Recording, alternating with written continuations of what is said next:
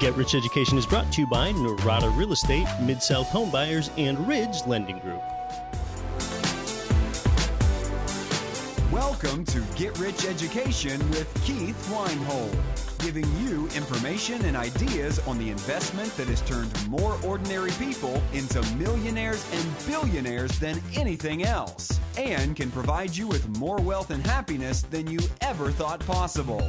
Now, here's your host, investor, entrepreneur, business owner, and educator, Keith Weinhold. Welcome to GRE, Get Rich Education, episode 152. Hi, I'm your host, Keith Weinhold, back to help you build massive, passive, durable income streams for yourself.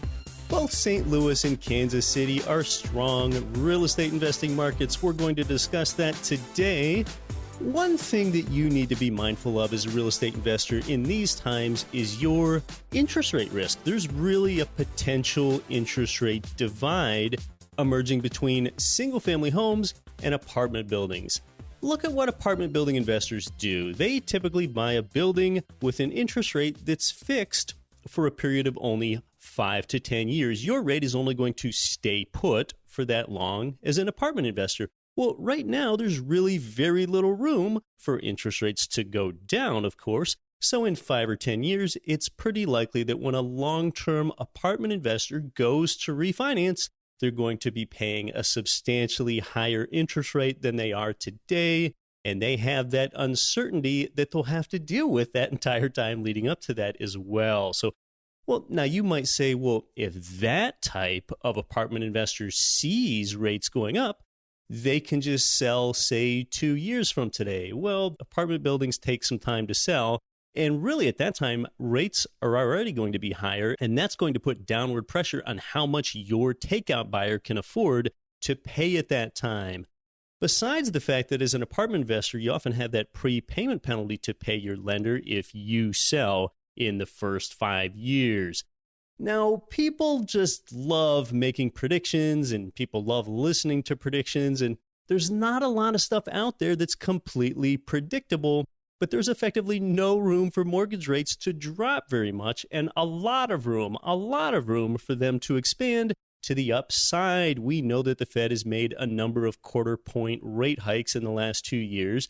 But now with single-family homes up to fourplexes, okay, instead, in that space of real estate investing, you have the certainty of buying now and locking in your interest rate and a historically low rate for 30 years. You've got 3 decades of certainty. If you're 38 years old now, you'll be benefiting from the historically low rate until your age 68.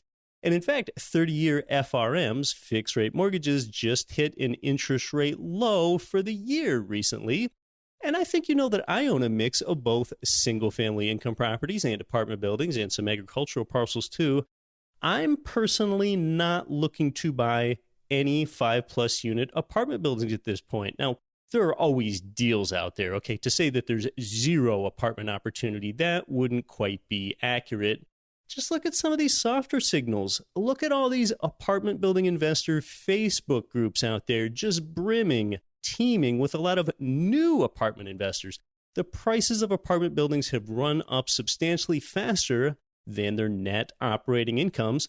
Last time that Rich Dad Advisor Ken McElroy was here with us on Get Rich Education, which was this past April, episode 131, he said that he thinks that now is a terrible time to buy apartments. This is Ken McElroy, the apartment building guy. Ken controls over 10,000 units, and he's written some of the best-selling, most respected real estate investing books ever.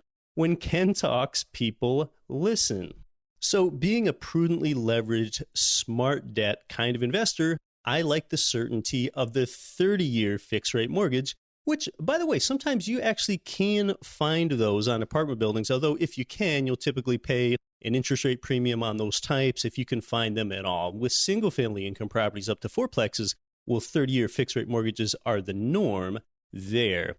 You might even recall that the last time Ken McElroy was here, he said that a lot of people are going to lose everything in the next 5 years. Well, there's not a lot that can be predicted with 100% accuracy, but the message is that it's likely that interest rates are going to be higher in coming years, and you'll hedge yourself against that risk with 30-year fixed-rate mortgages, which are those types most commonly tied to 1 to 4 unit properties. Buy in a market where you're dealing with an operator that has integrity. That's our guest today, John Larson. His company operates in both Texas and Missouri. They're primarily in the business of selling single-family turnkey income properties to investors like us. Last year, I was with John in Dallas, Texas, where we made a real estate field trip together and looked at the neighborhoods and looked at those single-family homes. I just visited St. Louis, Missouri with John a few weeks ago, and we did the same thing. Let's talk about it. Today's guest started in real estate at the age of just 17, flipping houses with his family. He worked on the crews doing manual labor, and he learned what it took to properly renovate a home.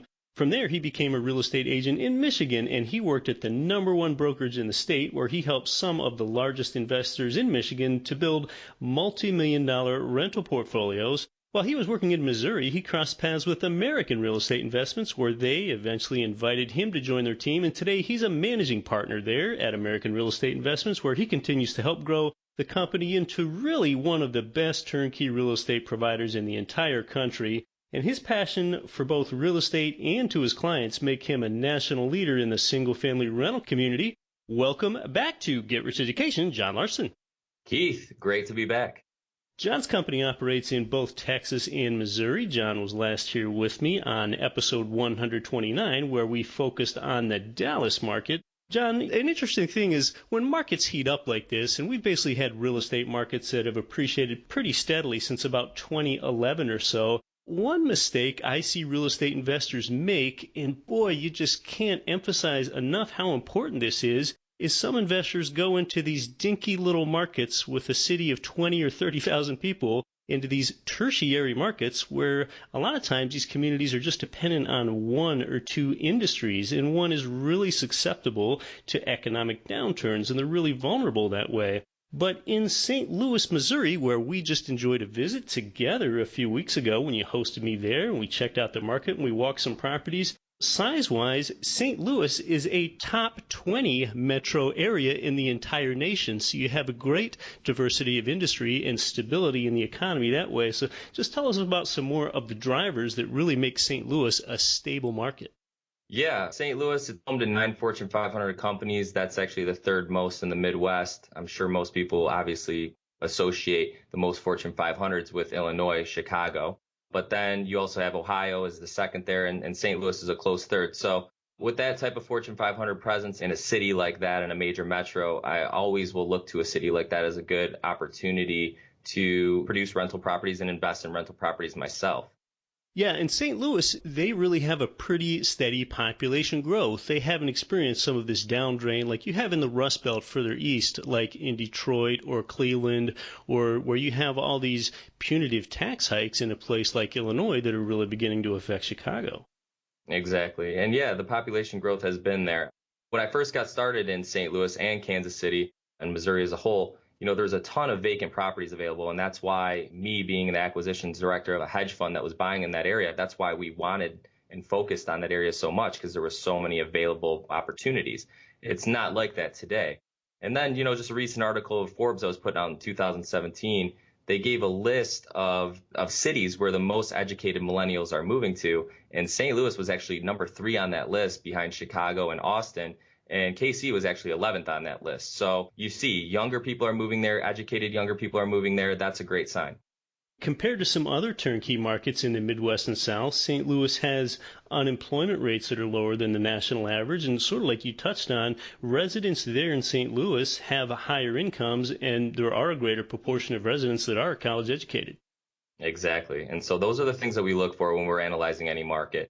And that's why, like we talked about in the prior episode that we were on, talking about Dallas, I see the same type of things in St. Louis. Migration, people moving there, educated people moving there, a lot of jobs. And so that, like I said, translates into a great market to produce rental properties and own rental properties. Just tell us about some more of the business sectors that are really attracting people there. Tech has actually been increasing, which I think is why a lot of these millennials are moving into the St. Louis and Kansas City market. Aside from the fact it's affordable, when you see tech jobs moving into a market, obviously young people are going to follow because that's such a main driver right now. Missouri as a whole, though, really, I mean, medical is a huge, huge industry in Missouri. Being right there on the banks of the Mississippi River, obviously shipping and things like that, moving freight, that's a very big business in that area. And blue collar jobs are also a very strong driving factor in St. Louis and Kansas City and Missouri as a whole. Yeah, so we're looking at St. Louis, something that's very well centrally located in the United States, probably just a shade east of the very center of the 48 states. And logistically, you're on a river, and it's really a transportation hub, and that actually contributes to the low cost of living there. It costs about 1/12 as much to move goods over water as it does over land. So St. Louis is really a transportation hub for a lot of reasons, including the Mississippi River. And one reason that you're in that market, John, and you've been there in the Missouri markets for quite a long time, in St. Louis, there just is not very much competition in the market. There's really a dearth of turnkey operators there. So why do you think that is? I know exactly why that is. It's really tough to just kind of set up shop in a city like St. Louis. The city of St. Louis is really tough on contractors out there. You have to do an occupancy inspection every time you turn a property, every time the property changes hands. The inspectors are also driving these neighborhoods all the time, making sure that lawns are cut, gutters can't be hanging from properties, trash can't be outside. You're going to get ticketed for that. And so I think it just makes it a little cumbersome on somebody trying to just start a turnkey operation in a city like St. Louis, unless you really kind of know how to navigate those waters. And so we've been in this market since the early 2000s. We've built relationships with the inspectors. We've built relationships with the municipalities to where it's easier for guys like us to operate in a city like that. But it would be very tough for a new kid on the block to just try and start a company out in St. Louis. Yeah, so these city inspectors that are driving around town, sometimes they might cite an owner for something that they need to comply with, but at the same time, that also helps with curb appeal. Absolutely, and it helps with keeping the values up in these neighborhoods. I mean, you and I, we drove through these neighborhoods. You referenced to me many times, John, wow, I cannot believe, how much are these houses here? Yeah. And I was like, well, in this area, it's about 100 to 120,000. I mean, but you're driving through neighborhoods that I would say are just as nice as a Dallas at a 170 price point. And really, I have to give credit to the city of St. Louis of, making sure that these owners, if they are rental properties, are taking care of their homes and not letting go down in terms of curb appeal, like you mentioned. They're taking care of their properties. They're holding them accountable, even the homeowners that live in these neighborhoods, too, because most of my neighborhoods, they're 65% owner occupants. So there's more owner occupants in these neighborhoods. And that's why I think that the areas looked as good as they did, especially for that type of price point that we're focused on. These occupancy inspections that are ongoing by the city, they're just going ahead and taking a look at the exterior and making potential observations and sightings that way, right? Yeah, they also want to make sure that the permits are being pulled on the work, which I want to make sure all that's being done too. It's another way to kind of hold the turnkey provider that you're working with accountable, right? Many of my investors come into my website or they heard me on a GRE podcast and they come in, they still have some reservations. They want to make sure that they're buying a true turnkey property that's going to pass a third-party inspection. They want to make sure that the mechanicals are in good working condition. There's enough useful life left on the roof or the roof's brand new. I mean, St. Louis is a city that if there's too many cracks in the driveway, they're going to make you replace it. So I can't sell a property that's not fully turnkey and pristine to my investor. I have to go through these occupancy inspections and they hold me accountable to make sure that this thing has, like I said in the video, all the T's are crossed, all the I's are dotted. We spent much of our time in Florissant, an area just north of the city of St. Louis there that's part of the metro. And Florissant was characterized by brick-constructed homes, mostly brick-constructed homes. It seems like a lot of those were built in the 1960s. You do have this curb appeal. You do have these well-kept homes. You do have, since it's about two-thirds owner-occupant or nearly two-thirds owner-occupant, a lot of them really showing that pride of ownership with maintained flower beds and pretty good school districts that were there as well. And one thing that really seemed to stand out, John, is just the number of above-ground swimming pools. Every few homes, it seemed, had an above-ground swimming pool. So you really just have this safe and familial environment in a lot of those neighborhoods in Florissant. Yeah, I mean, that's what you're going to get when you're buying properties in, more heavily owner-occupied neighborhoods. You can see that pride of ownership in the front yards, the backyards. You can really get that feel that this is a nice, safe family area. And myself as an investor, those are the type of neighborhoods I want to buy in. And so, American Real Estate Investments buys all these properties on the front end. We do all the renovations. I'm not going to buy something that I don't believe in myself, and I'm not going to give the recommendation to one of my investors to buy a property that I don't believe in. And so, yeah, that Florissant area is an area that I really have targeted as a good neighborhood, a safe neighborhood, that good feeling that there's good families living in this neighborhood, but then also get the attractive returns that my investors are looking for. It wasn't until I was a real estate investor for maybe 2 or 3 years that I began to get it. And whenever I would go look at property, that I started to figure out that previously I had been asking myself the wrong question. When I was a fresh new real estate investor, I'd ask myself the question, would I live here myself? Would I live here myself when I'm looking at a rental? And sometimes I would, but most times I wouldn't, because I want to live well and have really good amenities. I replaced that really with the question when it comes to an investment is, do I feel safe here? That's really the question. And every time with the properties in the neighborhoods that you were in the St. Louis metro, I could adequately answer that do I feel safe here question, yes. Yeah, absolutely. And we don't experience any thefts or anything like that. I've never ran into any situations where I'm renovating a house and it gets broken into. These neighborhoods that we're buying in, they're very safe. I mean, they're the people that make $40K on the low end up to as high as $55K. That's kind of where that's where Florissant, that's kind of why we picked that neighborhood, is because you get that good blend of safety and security, but then also you get that attractive return as well. I try and tell my investors, you can't always just look at what's on the spreadsheet. You have to factor in a lot of different things. Where is this home located? What type of tenant is this property going to attract? If you check the boxes of it's safe and this should attract a really good tenant that brings in a decent income and has a decent job, that tenant's going to pay their bills, and that's going to give you the better chance to actually see those type of returns that you've seen on the spreadsheet at first. Yeah, that is the income sweet spot there in that market, about $50K. They don't really make enough income to go ahead and buy their home, but they do make sufficient income to reliably pay the rent. Let's talk about a few numbers there. Just on average, or your median kind of price point there and the amount of rent income that there is and the property taxes. Yeah, so right now I'm really close, if not right on, spot on to that 1% that everybody's looking for, that rent to price point ratio. Average sales price in my Missouri market is going to be around $110,000, and the average rents are going to be about $1,100. So really attractive returns. The property taxes are only about 1.5% on the high end of assessed value. So that really helps with cash flow and with the returns. So that's, I think, why my investors find the St. Louis and Kansas City markets so appealing. And it's a great way to diversify your portfolio when you start with us maybe in a Texas market where you're looking for more of a higher end property that's even safer, that's attracting a tenant that makes even a higher income and has a better job, let's say, with lower vacancies and things of that nature. When you partner those properties with some of these properties up in Missouri that are those lower barrier to entry and higher returns, you start to really build a very solid blended portfolio.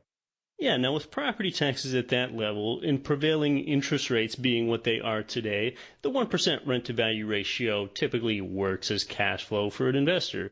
I also see 0.9% typically work. Of course, that's going to create a thinner cash flow. At 0.8% in those property taxes and interest rates, things get a little challenging, and I've really never seen a property cash flow at 0.7% rent-to-value ratio. So we're really in an area there where we sufficiently have enough rent on a monthly basis to provide a 1% rent-to-value ratio. Talk to us a bit about the renovation extent that you do there in those homes, John. They're pretty extensive. Yeah, absolutely. And that goes back to the municipality inspections. They're really holding us accountable. So you're not getting by with leaving old mechanicals in the property, like old hot water tanks, old furnaces. We don't have the mentality that if it's not broke, we're not going to fix it. So if these mechanicals don't have at least 10 years left of useful life, 50% life on the hot water tank, which in St. Louis and Kansas City, I'm usually replacing the hot water tank anyway. It's not that much of an expense. You might as well just replace it. So you saw from walking the properties, many of the houses, I think we've gotten to 3 or 4, all of them had new mechanicals. So I'm really replacing all that stuff to make sure that the property is very durable for my investor. And then as far as the cosmetic overhaul of the property, we've talked about this many a times. You don't want to over renovate a property because it's not really going to command that much higher in rent, but we put in durable finishes. The flooring is usually like a vinyl plank. You saw in St. Louis, many of the houses already had hardwood in place. Obviously, we're going to leave that. It's durable. Looks very nice. The tenants like it. And when it comes to the carpeting and things like that, we're usually maybe putting carpeting in bedrooms. It's a frisé type carpet with some fleck in there, some different colors, so it'll withstand multiple turns. But we're putting in quite a bit of work in these homes in St. Louis. I would say my average renovation is about $30,000. Okay, so that's a pretty substantial renovation. And if it ain't broke, you might still fix it. For example, the roofs on the homes, if it's less than 10 years old, you go ahead and completely replace the roof. So if there's a completely functional roof, for example, that's 8 years old, you will just go ahead and go in and replace it anyway. And then down in the basements of the property, a lot of these properties have basements where you can walk downstairs into a full basement with plenty of room overhead. And by the way, on a number of those, you're not really getting any credit for the square footage. So you might have a 1,500 square foot home there with a basement of several hundred square feet that's quite livable and usable, but you still do not have that factored into the square footage. But most of the time when we were in that basement, there was a new heating system and hot water heater there. Yeah, and so with the basements too, a lot of times we'll finish out the basements because it can command $50 to $100 more in rent than the house down the street that has an unfinished basement. So a lot of times you'll see us finish the entire basement or a partial part of the basement because the tenants really like that and they're willing to pay more for it. But yeah, St. Louis is certainly a fun place. It's a vibrant city with a lot of neighborhoods, a top 20 metro in the U.S., and even quite a culture there for a lot of things. Jazz music and St. Louis Cardinals baseball. We were there checking out a game the one night. That was pretty great. Oh, that was an awesome game. If any of the listeners got a chance to watch that game with the rally cat that made it out on the field, and then Molina hitting that grand slam right after, that was pretty exciting. Yes, a cat that ran onto the field. They had to suspend play for 5 minutes, and then a game-winning, effectively, grand slam that was hit right after that. Just a crazy game, and really a great place to watch a game there in Busch Stadium. Probably a capacity of 50,000 or so in that stadium, and that's, just another economic driver. You're listening to Get Rich Education. Our guest is American Real Estate Investments' John Larson. More when we come back. I'm your host, Keith Weinhold. Cash flow real estate investors, if you're looking for a mortgage loan with a company that specializes in investment property loans, it's Ridge Lending Group. They provide income property loans in almost every U.S. state. Ridge has worked with tens of thousands of investors and homeowners all over the country. In fact, with ethics and transparency, they've helped more people realize their dreams through real estate investing than any other mortgage lender in the country. Get started at ridgelendinggroup.com. Are you looking for a roadmap to financial freedom? If so, we have a solution for you. Norada Real Estate is offering a limited number of free strategy sessions to help you get out of the rat race. Learn how you can create wealth and build monthly passive income. To set up a time with one of our knowledgeable investment counselors, simply go to noradarealestate.com. That's NORADA realestate.com. This is Rich Dad Advisor Ken McElroy. Listen to Get Rich Education with Keith Weinhold and don't quit your daydream. Welcome back to Get Rich Education with our guest, American Real Estate Investments Managing Partner John Larson. So, John, you've operated in St. Louis for quite a while, over a decade, and you've really gotten to know that market well. You also operate in another Missouri market to the west of the state. St. Louis is in the far east of the state. So going west into Kansas City, just tell us about the character of the Kansas City market and why that's a compelling market for investors. Well, yeah, many people don't know we actually are a Kansas City company originally. We moved our company to Dallas in 2014 from Kansas City. But we have a very, very strong footprint in Kansas City. And the reason why we like Kansas City so much, it's another large metro. There's over 2 million people that live in the market, has one of the largest manufacturing labor forces in the country. In less than 2 years, technology-based jobs have increased more than 17% in Kansas City, whereas the collective growth nationwide is only 3%. That's something that many people don't know. More than 20,000 people have moved into the city limits since 2010, so the population has been growing. And 20,000 jobs are added each month since 2014 in the KC area, which is bringing the unemployment rate down to only 3.9%. And as I was talking earlier about Missouri as a whole and St. Louis, where there were so many vacant homes coming out of the recession, now vacant homes are down 55% since the recession. So it shows to me that this is a very, very strong market, another great cash flow market. Price points are very similar to St. Louis. Price points and rents are almost spot on. So that's another reason why we love Kansas City and St. Louis and Missouri as a whole. Yeah, these are both just really emblematic of these low-cost markets where you can have a good, vibrant metro quality of life if you're a young person and yet find affordable homes and wages in proportion to the housing costs that make sense and make it very livable. Exactly. And yeah, some of these key points that I just touched on are just a few things that you'll be able to find in both the St. Louis and Kansas City market report that the GRE listeners will be able to download. And now there's quite a bit of new investment in Kansas City. Tell us about some of that. Cerner's the lone Fortune 500 company that's in Kansas City right now. Sprint was considered a Fortune 500, but now since I believe it's like a Japanese-owned company, I think they took it off the list. But Cerner is the lone Fortune 500 company in the area, and they're talking about bringing in 30,000 new jobs in that area. And we actually drove by the spot where they plan on doing this brand new campus. So that's a good sign, as well as the residents of Kansas City recently voted to approve a multi-million-dollar infrastructure plan that's going to bring the metro area up to par with the needs of the increasing population. So you're going to see a lot of like new developments and new infrastructure put in because the city is growing. Now, Kansas City differs somewhat from St. Louis in that we don't see the impact and the presence of those city inspectors in Kansas City like we do in St. Louis. Yeah, exactly. That's just kind of a St. Louis thing. There's other markets across the country that kind of have the same type of municipality inspections, Cleveland being one of them. Just that comes to mind, being a Detroit guy myself and a Midwest guy. But yeah, Kansas City, we're not running into the municipality inspections, so it's a little bit easier to operate there. But like I said, there's things that I like about the municipality inspections in terms of just holding people, contractors accountable and making sure that we're delivering a full turnkey property to our investors. Okay, so rent-to-value ratios in Kansas City are pretty much commensurate with those that you'll find in St. Louis, pretty close to that 1% rent-to-value ratio. And then how do property taxes differ in Kansas City from St. Louis? They're actually a little bit less. They're actually more in line with about 1% of assessed value. So you're also seeing some higher cash flow numbers in KC.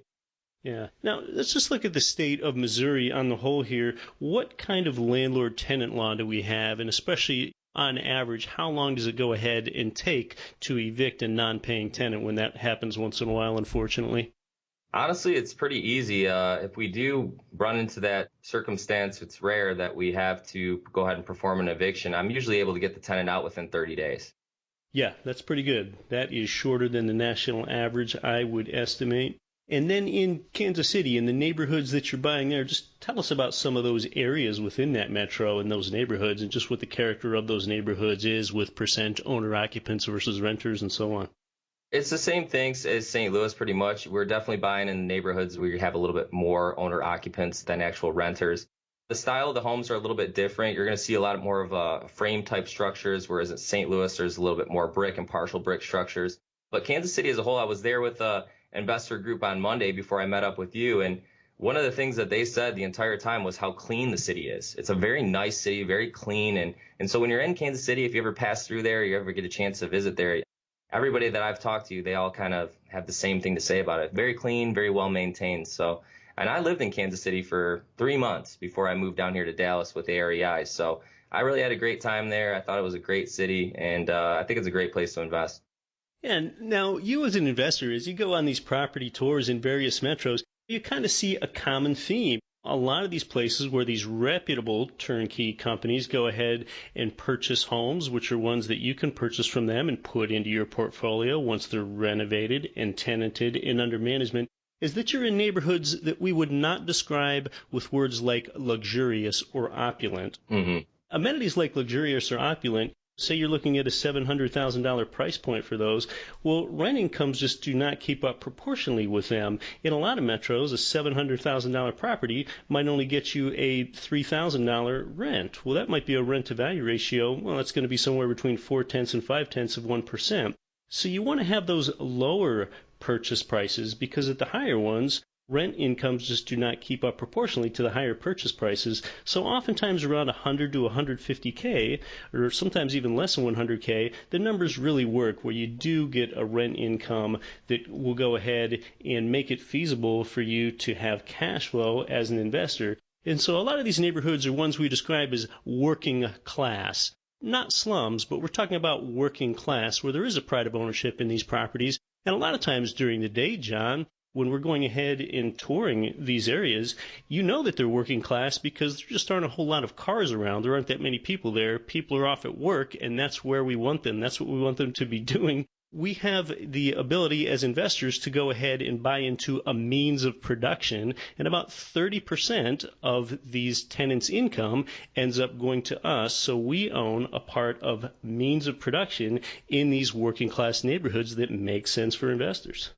Yeah, exactly. And in the Midwest, that's so true, what you just alluded to with the price point. Myself being from the Detroit area, I'm very familiar with the Midwest, invested in a lot of cities in the Midwest.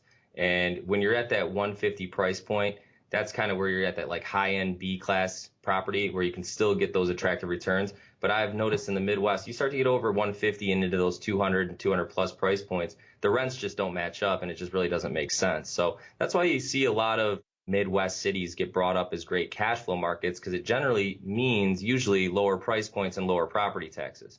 So that's definitely what you're going to get with a KC or a St. Louis. Well, John, any final thoughts on either market, St. Louis or Kansas City, or just Missouri in general?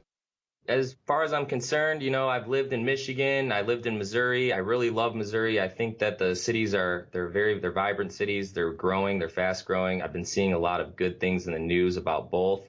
Like I said, that's why I'm there. I would never select a market if I didn't think it was going to be a good opportunity for our investors. So for the listeners out there who have already invested with us in Dallas or in Texas in general, we're looking for a good cash flow play, a little bit lower barrier to entry with a higher rate of return. I think Missouri is definitely going to check a lot of those boxes for you.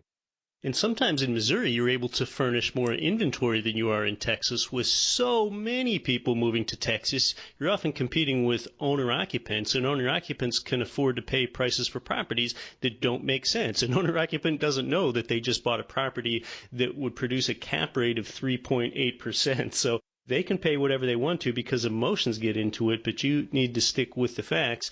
And that goes ahead and gives you opportunities to go ahead and furnish more property in Missouri where there is population growth, but it's sustainable and you can compete with owner occupants. Yeah, there's population growth for sure. I mean, this market today in America, if you're buying in middle class neighborhoods and above in the entire country, you're going to be running into inventory issues. So, it's especially hot down here in Texas, but I've seen the inventory dry up in St. Louis and Kansas City too. It's really tough to get your hands on those good opportunities up there as well. But yes, I can definitely produce more up there. We run into shortages a lot of times down here in Texas, but I'm able to produce a pretty stable, consistent stream of properties to our investors on a monthly basis up in Missouri. Yeah, and just to clarify again, American Real Estate Investments is based in Dallas. John makes frequent trips up to St. Louis and Kansas City, where you have management and your own in-house management in each one of those markets. Exactly, yeah, and that's the way that we're able to keep our pulse on or our finger on the pulse of these investments, make sure they're running according to plan, and making sure our investors are seeing those positive returns monthly. So if you want to go ahead and learn more, I really suggest you reading reports to find out more specifically about what's happening in both St. Louis and Kansas City with respect to your interests as an investor. And you can do that by visiting getricheducation.com/St. Louis and getricheducation.com/Kansas City. Go ahead and get a hold of a report that way and get educated, and then follow up with John's company if you want to know more. And interestingly, a few weeks ago when John and I were in St. Louis together, we had a video shot where you'll see John and I going around these various neighborhoods in the St. Louis metro and touring the homes and just looking at the exact renovation extent on a lot of their properties. Yeah, it's a great 6-minute video, I believe, that you're going to get a good idea what the neighborhoods look like, what the properties look like, how the renovations come out. If you're interested in either one of these markets, I definitely recommend just taking some time out and checking out that video. Yeah, I really suggest you do that. John Larson, thanks so much for coming back onto the show. Keith, my pleasure. There's not a lot of competition in St. Louis because it's just not quite as easy to operate there as it is some other markets. John's company is one of the few St. Louis operators, partly because they've been there long enough to know some of the nuances of dealing with the city inspector. And then in Kansas City, they've been in that market for a very long time. In John and I's chat there, I did talk about how if there's a roof of less than 10 years old, it will be replaced. I think what I meant to say is that if the roof has 10 or fewer years remaining on its life expectancy, it's typically going to be replaced for you as the investor before you buy. Now, John is successful because they get a lot of referrals from their existing investors, and those existing investors are satisfied, and they give those referrals to others, partly because John's company makes an effective use of an investor concierge. The concierge's role is that they're basically your account manager. Their company operates in 4 major markets in the U.S., Dallas, Houston, St. Louis, and Kansas City. So no matter where you own a home with them, your concierge will know what's going on with your assets. It's a way to streamline communication with you, and it gives you one main point of contact regarding your property. Even if you own property with John's company in more than one market, it's still just your one point of contact. You'll be assigned a concierge, and that's so key to have communication with your manager. So the investor concierge is in constant communication with you. If your investment's running smoothly, you're going to hear from your investor concierge once a month. If there are any issues, you will hear from your concierge weekly until problems are resolved. That is their modus operandi. And of course, they would dial back that communication for you if you wanted to hear from them less often. And yes, that one point of contact for multiple markets can really increase your all-important return on time invested. That should always be a central concern for you. If you want to take action as far as at least learning a little bit more, go ahead and grab the free St. Louis Real Estate Investing Report. John has put that together for you. You can grab that at getricheducation.com/St. Louis. We'll also make sure that you see that video of John and I walking those St. Louis turnkey properties together when you indicate your interest at getricheducation.com/St. Louis. Also, subscribe to their Kansas City market report at getricheducation.com/Kansas City. That's also how you can connect with the provider to ask them some questions. One provider, both Missouri markets. Those reports that John put together for you, and of course I've read them both, they're really nicely done, good content, and well designed. And if you can't write down those links because you're mowing the grass or perhaps out riding your bicycle in the middle of the woods like I am sometimes while listening, well, of course, we put those links in the show notes for you. I am about to jump on a plane to take the long leg of flights from here in my hometown of Anchorage, Alaska, to Belize City, Belize, and beyond, and then later to Costa Rica. And I'll be talking to you from there. So get involved, get informed, take action, and see if tying up some cash-flowing Missouri single-family income property with 30-year fixed interest rate debt, like I talked about, see if that looks right for you. Check out getricheducation.com/St. Louis and also /Kansas City. Until next week, I'm your host, Keith Weinhold. Don't quit your daydream. You've been listening to Get Rich Education, telling you what the wealthy won't tell you about real estate and investing. Nothing on this show should be considered specific, personal, or professional advice. Please consult an appropriate tax, legal, real estate, financial, or business professional for individualized advice. Opinions of guests are their own. Information is not guaranteed. All investment strategies have the potential for profit or loss. The host is operating on behalf of Get Rich Education, LLC exclusively.